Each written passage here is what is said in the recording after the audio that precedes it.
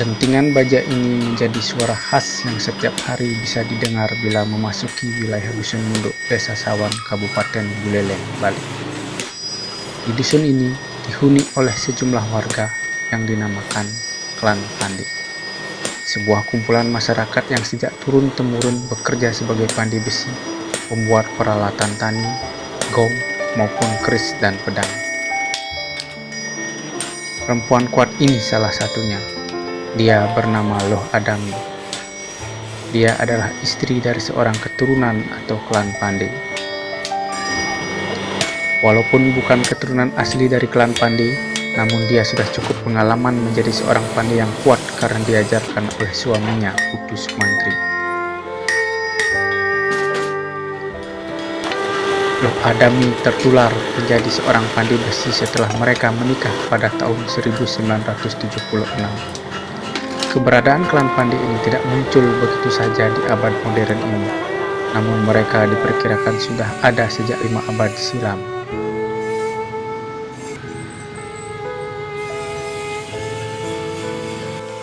Di desa ini, terdapat sekitar 50-an kepala keluarga yang membuka usaha sebagai tukang pandai besi. Mereka masih melakoni pekerjaannya secara tradisional. Pekerjaan sebagai pandai besi adalah warisan leluhur. Di masing-masing bengkel atau perapian, para pandai besi ini selalu memasang sebuah pelangkiran, yakni sebuah sarana untuk persembahyangan setiap kali mereka mengawali pekerjaan. Konon, para pandai ini selalu memohon restu kepada Hyang Batara Geni maupun Hyang Batara Sami untuk kelancaran pekerjaan mereka.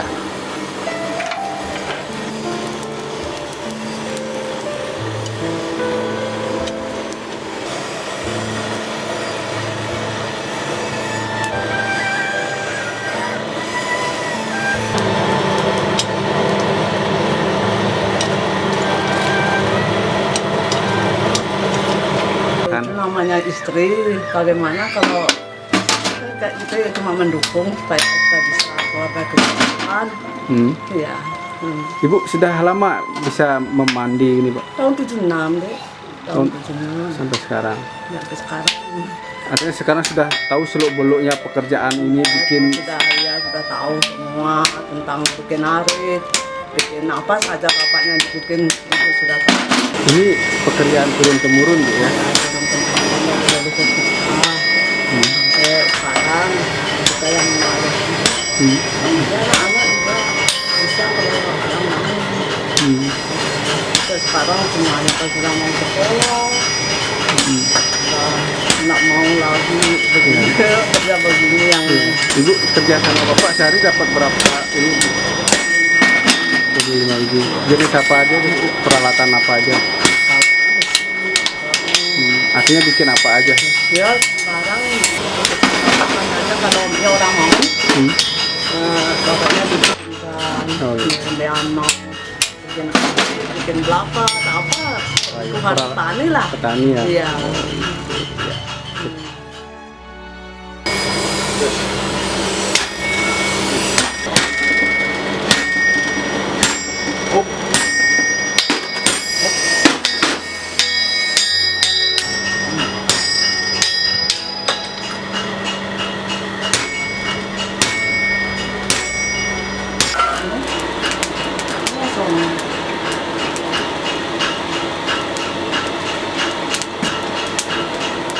Ya adiknya kan nggak ada yang Saya punya adik nggak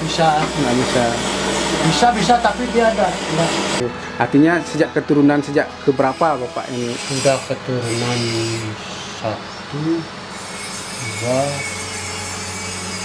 itu saya 1, 2, 3 wayah, 4 bapak kelima ini. Bapak keturunan kelima melanjutkan ini ya? Iya, keturunan kelima. Setiap keluarga itu pasti ada turunan yang bekerja seperti ini, Pak. Buat Iya ada ya. ada. Sama ya. Tapi ada yang bukan keturunan pandai, ada juga karena dia pandai. Ada juga Bikin ya, bukan keturunan dia. Karena dia sering ikut kerja di sini, akhirnya dia pintar bikin arit atau bikin apa. Ya, jadinya dia pandai sampai sekarang. Pandai. Iya.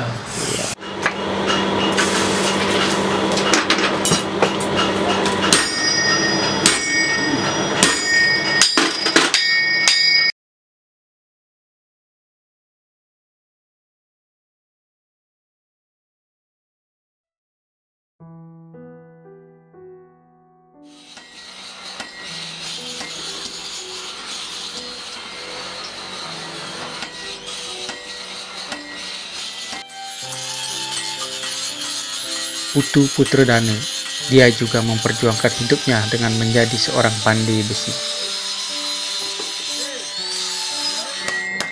Di tengah keterbatasan fisiknya karena salah satu tangannya buntung, Putu Putredana sangat cekatan dan lihai melakukan pekerjaan sebagai pandai besi. Ia sudah melakukannya sejak puluhan tahun silam. Bahkan dengan satu tangan, Putu mampu mengangkat hammer yang cukup berat dan memukulkannya berkali-kali ke baja panas.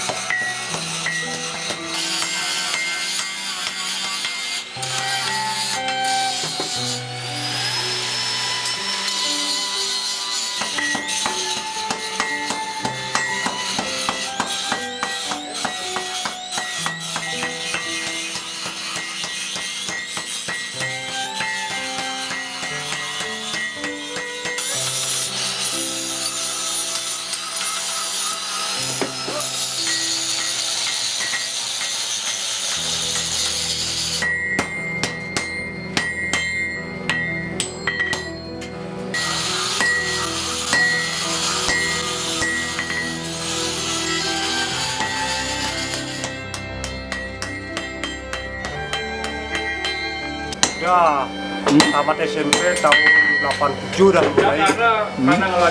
Tamat SMP tidak bisa melanjutkan karena biaya dan tidak mampu orang tua saya. Akhirnya saya terjun ke pandai besi. Pandai besi. Pak, dengan kondisi keterbatasan Bapak ini seperti apa Pak melakukannya Pak? Oh, itu kan masih menurut kemampuan saya. Karena kadang tidak mampu, terpaksa saya harus bekerja seperti ini untuk bisa mencukupi kebutuhan anak dan istri saya di rumah. Saya sudah sering, sudah biasa saya dah ini. Nggak berpengaruh dengan keterbatasan Bapak ini Pak? Sudah biasa, saya sudah seperti tangan dua lah rasanya. Oh gitu. Sudah rasanya sudah seperti tangan dua, sudah biasa. Sudah biasa ya? Sama teman-teman sudah biasa, gaji sudah sama juga sama teman-teman. Masalah gaji dah. Ngambil peralatan yang berat itu sudah biasa? Ya, sudah biasa. Ngambil pekerjaan seperti ini tahun berapa? 87, tahun 86 saya tamat SMP. Tidak bisa saya melanjutkan sekolah karena orang tua tidak mampu. Ya. Akhirnya saya terpaksa harus bekerja pandai besi. Berapa penghasilan tiap bulan Pak jadi pandai besi? Cuma sedikit Pak, cuma bisa mencukupi anak dan istri saja. Cuma sedikit. Sedikit ya? Oh ya, udah pas-pasan sekali dah. Ya. Kadang-kadang saya pinjam dulu sama bon dulu di warung untuk beli beras. Oh, gitu. Dapat kerja baru bayar gitu. Ya. Ini kan karena keturunan pandai Pak. Ya, ke saya keturunan, kalau istilahnya kalau di Bali ketua anak bangsa pandai kan tinggal kerja begini gitu. Karena saya tidak bisa cari kerja lain dengan bekerja begini. Oh, gitu. Ya, petani tidak bisa, kerja ini aja dah mencari kehidupan saya. Untuk keberadaan warga-warga Pandai yang membuat peralatan ini sudah sejak ratusan tahun ada di sini? Sudah lama tuh. Dulu saking nenek moyang kita dah sudah ada. Sudah ada ya? Ya sudah ada. Dulu itu kan namanya barang-barang antik itu ya. Dulu dah leluhur saya dah sudah pandai itu. Ya, yang bikin keris itu kan itu leluhur pandai itu. Ya. Ya. Sepengetahuan Bapak dulunya tuh banyak nggak Pak dibandingkan sekarang? Banyak. Jumlahnya yang bikin ini? Oh banyak, kalau bikin ini banyak Pak. Ya. Kalau bikin kapak, bikin arit itu banyak sekali pandai di sini. Di sini ya? Ya. Jumlahnya kira-kira berapa sebenarnya? Kira-kira jumlahnya ada sekitar 45 orang pandai. Yang kerja kini aja dah Pak, kira 45 lah, 45 prapen. 45 prapen ya.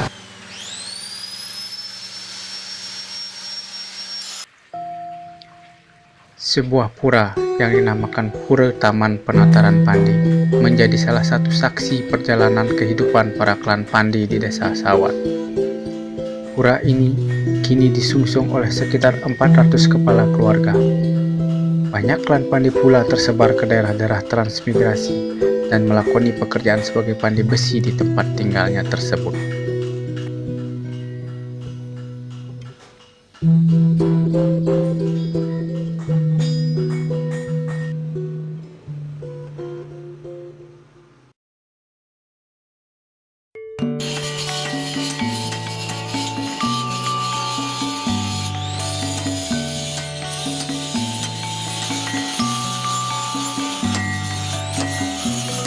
Ya, dari kesederhanaan dan kesetiaan para Pandi ini mewarisi pekerjaan leluhurnya, kita menyadari dari tangan mereka lah secuil peradaban manusia muncul.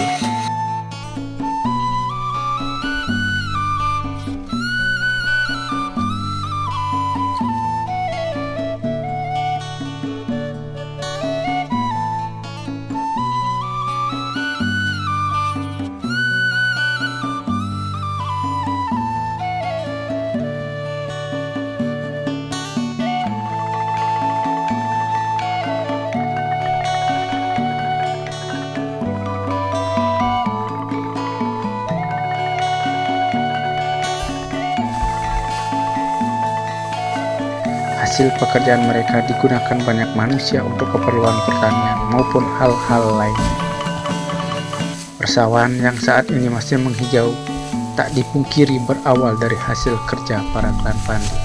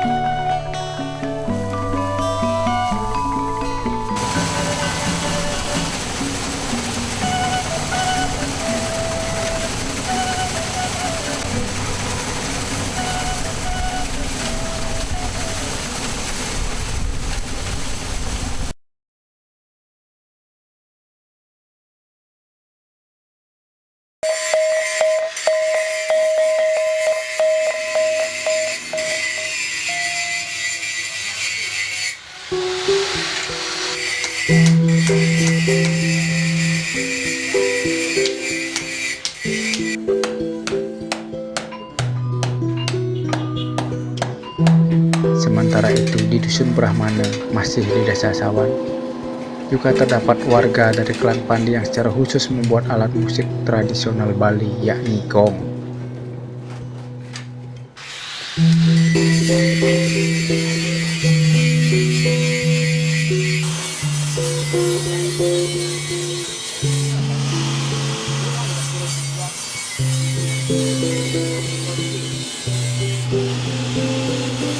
Mereka cukup cekatan memulai pekerjaannya, mulai dari melebur bahan gong, yakni dari bahan tembaga, timah, dan baja menjadi lempengan-lempengan dari bagian gong, serta ada yang bertugas menyelaraskan dentingan nadanya. Mereka lah ahlinya.